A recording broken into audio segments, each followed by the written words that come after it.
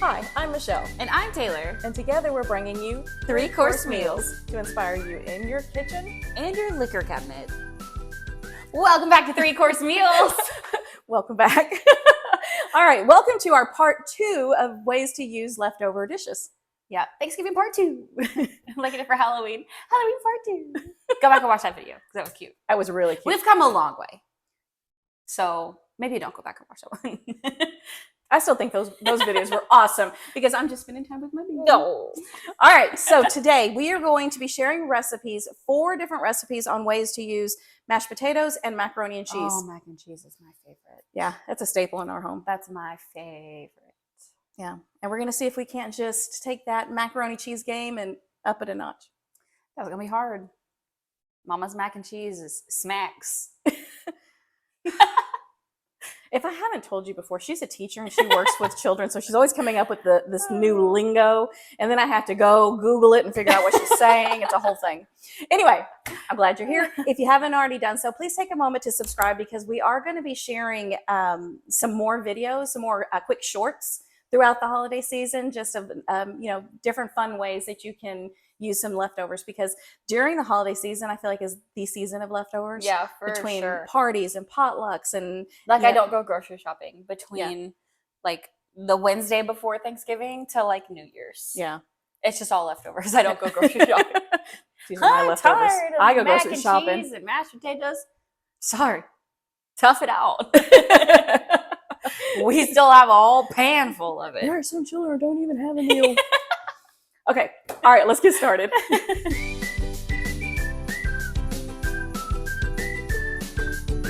For our leftover potato casserole, what we're going to do is we're going to create the meat filling.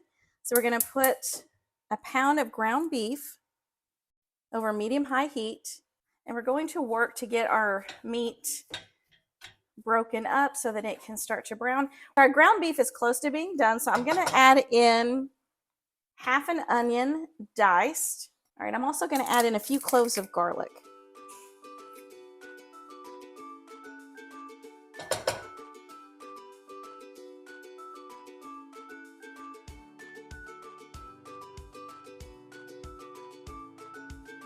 So we're just going to let this come together for a few minutes. Everything has been cooking maybe 3 minutes or so, and everything is softened. It's good to go. So I am going to try to drain some of this grease out. What I've done is taken a few paper towels here, and I'm just going to set them in there and start sopping up some of that grease. This is a 14.5-ounce can, so just a regular sized can of diced tomatoes. We're just going to add that in here.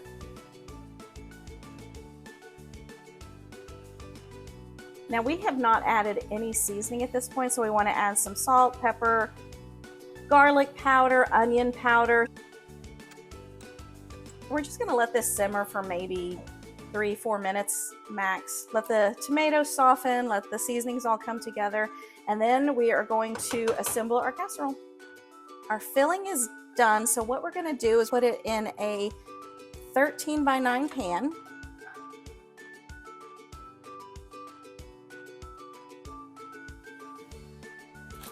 I'm going to put maybe a cup of cheese, just kind of sprinkle it around. And if you're wondering why she's using a bag of her own shredded cheese, then you should go watch our taco night episode. I shred my own cheese. Don't tell them. Make them go watch the taco episode.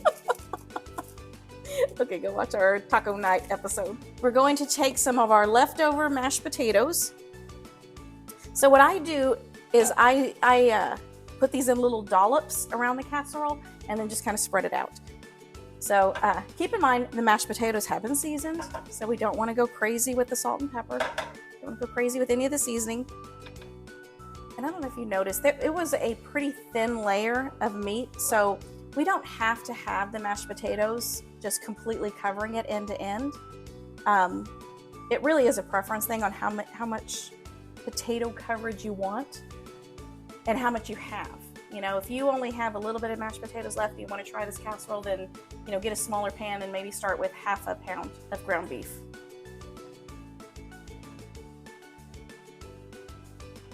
Okay, And now I'm just gonna put a little bit of cheese on top just for an extra coating, extra flavor.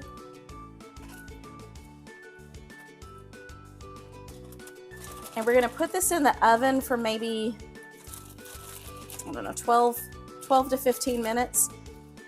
Everything is cooked. It really is just to warm everything and let it come together. So I make this tater tot casserole a lot. It's a lot of the same types of stuff inside, but then you put tater tots on top. And I thought, well, potatoes are potatoes, so why not try mashed potatoes? So I've actually never made this before, but I'm pretty sure it's going to be amazing. I mean, it's all good things. Mm-hmm.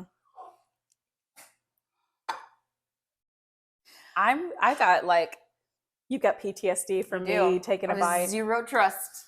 I have to rebuild our trust. I'm not going to take a bite until we cheers. I promise. Now cheers. you can take a bite. Those tomatoes. This is comfort food Yes. to the max. It makes me want to put on a big wool sweater and bundle up. Mm-hmm. I watch a Hallmark Christmas movie. I love Hallmark. This is so tasty. Mm-hmm. It takes like your mashed potatoes that you have in the refrigerator and just completely transforms them to a really great dinner. Yeah.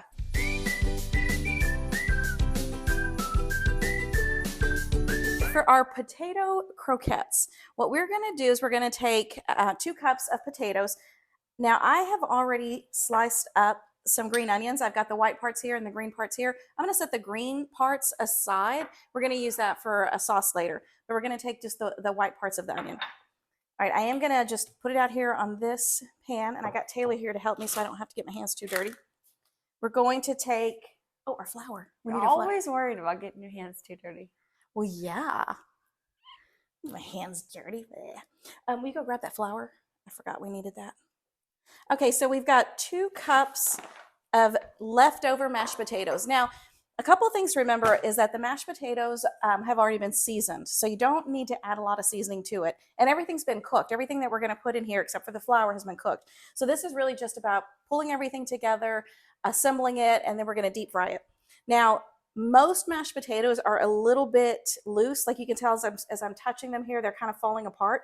So because of that, we're going to add a tablespoon of flour. And we're going to work that in. And then after it becomes just a little bit more dough-like, then we're going to add the cheese and onions. Mix that in a little bit.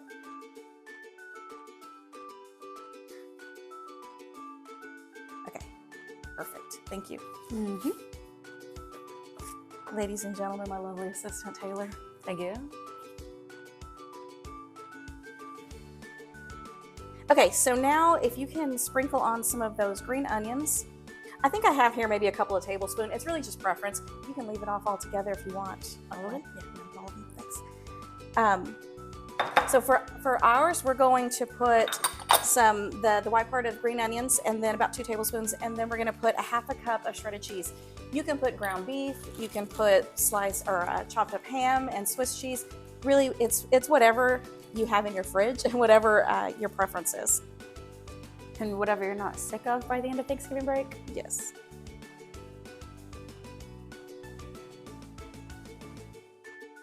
For this 2 cups, we'll probably make 4 or 5. Again, no rhyme or reason here, just whatever feels right to you. I'm going to roll it into a ball, and then I'm going to flatten it a little bit, just so it cooks up that way like a little disc. Well, mashed potato patty. Mashed potato puck.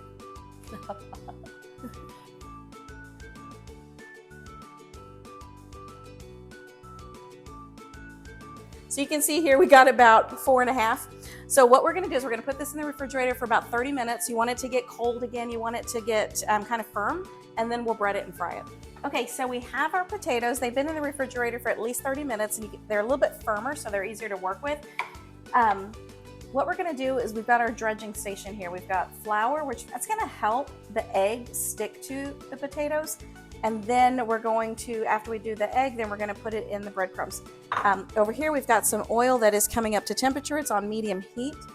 I'm going to add just a little bit of salt to each layer, just to continue to give it some flavor. The potatoes are completely cooked. They do have some raw flour, so that's going to cook while we're warming them up. And now we're just going to run each potato through.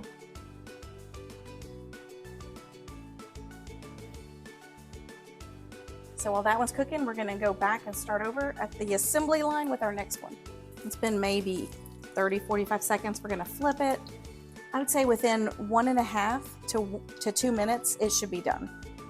We're really just wanting the outside to cook. And that's our last little baby one. I call the little one because he's got the most cheese. Oh, that's right. I forgot. You're mine. Let me just start by saying, Oh, here we go. no, you are not at fault here.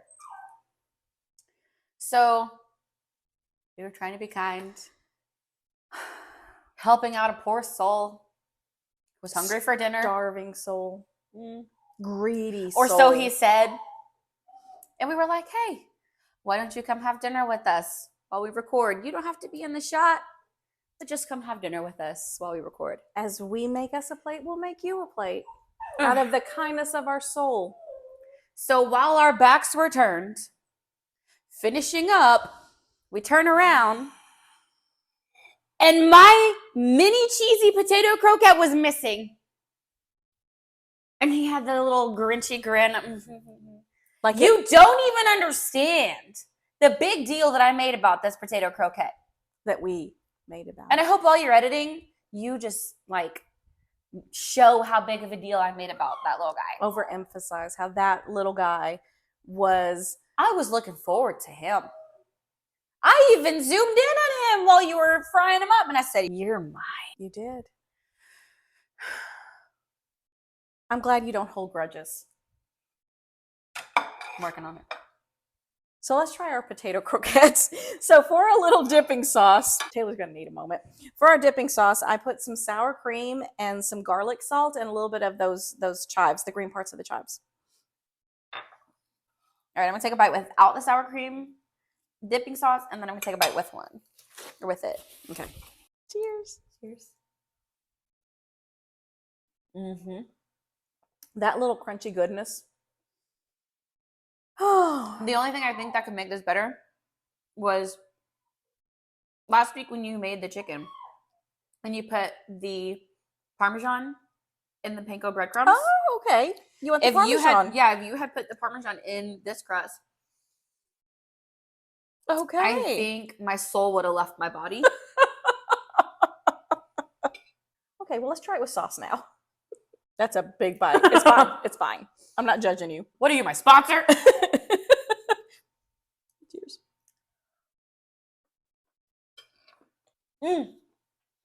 Right off the dome here.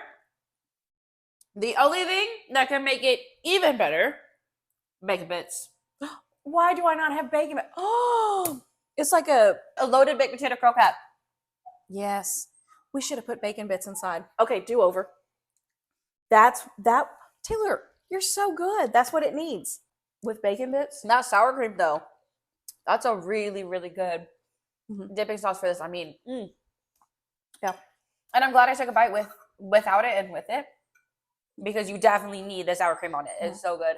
Don't forget the garlic salt. Not garlic powder, garlic salt. And don't forget the bacon bits. Don't forget the bacon bits. Okay, I can't stop eating it. Neither. Or,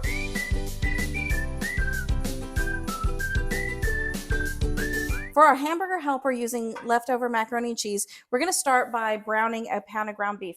Now, I happen to have quite a bit of macaroni and cheese. It really is going to depend on how much you have. You know, we're going to need about a pound. If you have less macaroni and cheese, then definitely use less ground beef, but that's what we're going to start with. All right, our ground beef is close to being done, so what we're going to do is add about a half an onion that's been diced. Let that start to soften and cook with the meat. All right, we're going to add 3 cloves of garlic.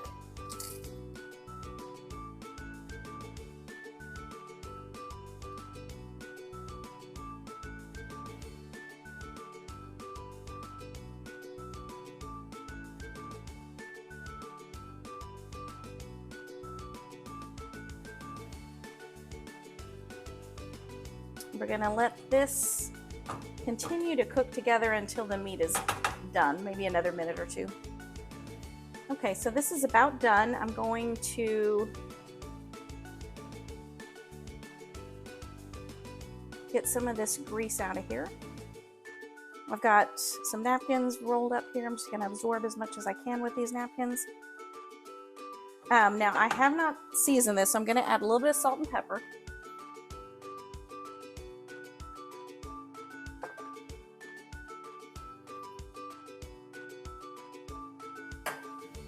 And now I'm gonna start eyeballing how much mac and cheese to add.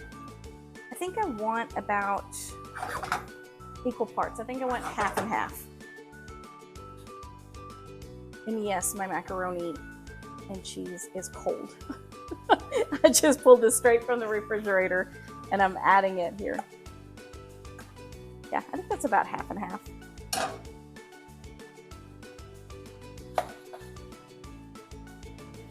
So I'm gonna put this on medium-low heat just so that the macaroni starts to warm up a bit.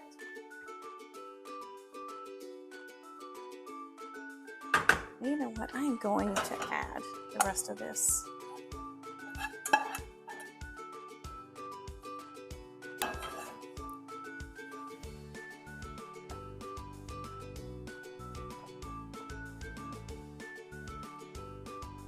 So the macaroni is just about warm through, but as you can tell, this doesn't look like macaroni and cheese because it still looks, you know, you got the macaroni, you got the meat, but it doesn't look pulled together. So what we're gonna do is we're gonna add some Velveeta cheese. So we're gonna start by adding about 3 ounces. I'll break this off into little cubes. And to help this melt, we are going to add a little bit of milk. So this is going to take a minute. Again, we've got it on medium-low heat. We are going to slowly start melting in this cheese.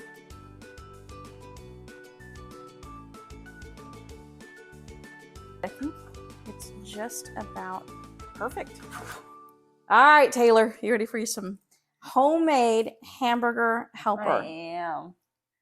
Okay, easy, because we have a lot of things to try. You're right. Let's take it easy on this. Cheers.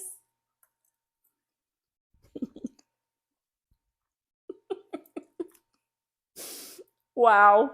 Okay, but why does it taste exactly like Hamburger Helper, though? This is so good. This is so good. Mm-hmm.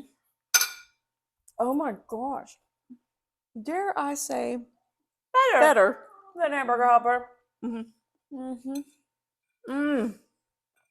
Oh my goodness. I think it's the onions. You took the time to put the onions in there. Mm-hmm. Just kicked it up a notch.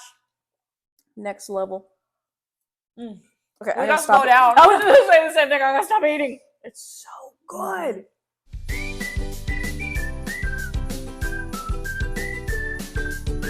All right, so for our fried macaroni and cheese balls, we're just taking leftover macaroni and cheese. It has already been seasoned. It's perfect the way it is. We don't want to do anything to it. But because it is cold and it is cheese, it's already sticking together pretty well. So what we're going to do is just start taking out some small pieces and putting them in little balls. And then what we're going to do is put this in the freezer for about 30 minutes until they come together, and then we're going to bread them and fry them.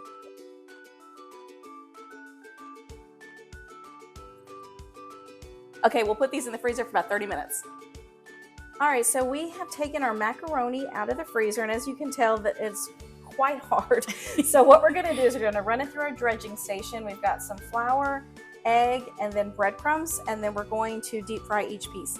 So every one of these has a little bit of salt in it, but not too much, because again, this macaroni has already been seasoned, so we don't want to over salt it. All right, so let's get our first piece in here. Run it around in the flour. Run it through the eggs. Now what I'm going to do for this, I'm going to actually run this macaroni and cheese ball through the egg wash twice. And then back through the breadcrumbs just to help give it a nice coating.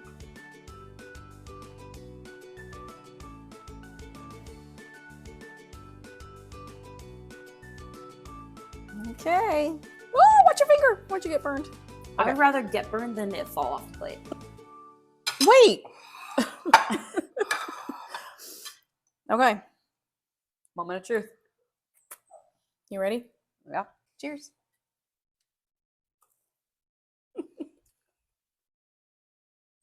Dude. Okay. You know, I was saving it for the right meal. Shut your face. This is ridiculous. Mm-hmm. And it's so simple. It is. The hardest part was for her waiting while they froze. Mm-hmm. You absolutely have to freeze them. Yeah, because once we got to like the last one on the plate, it had already thawed too much and just fell apart. So Yeah. they have to be frozen. And it was still frozen, but it had thawed just enough that it started to come apart. So Mhm. you absolutely have to the freeze little them. noodles started to separate from each other. They have to be frozen. Wow. Whoa. Mm-hmm. Mm. We did save the best for last. I'm getting full. I'm gonna eat this whole thing. It's so good. I Have silenced Taylor. It's so good. It's just so good. Try it, guys. If you're anything like us, you always have macaroni and cheese left over from some meal in your house. It's so good. So I hope we have helped you guys find some creative ways to use some of the leftovers that are in your refrigerator, trying to change things up a bit so that you're not just eating those same macaroni and cheese and mashed potato side dish over and over and over again. You know, you can really branch out and make something new for your family. Just stunned. I mean, it was all so good. Like, I had no complaints about anything. Like I said, with the potatoes, I'd probably add bacon bits, but it was still Brilliant. amazing. That's brilliant. The macaroni and cheese, amaze balls. We're not bringing that back. Come on. It never left. All right. I mean, oh my God. That just, I need to go take a Thanksgiving nap. That was all so good.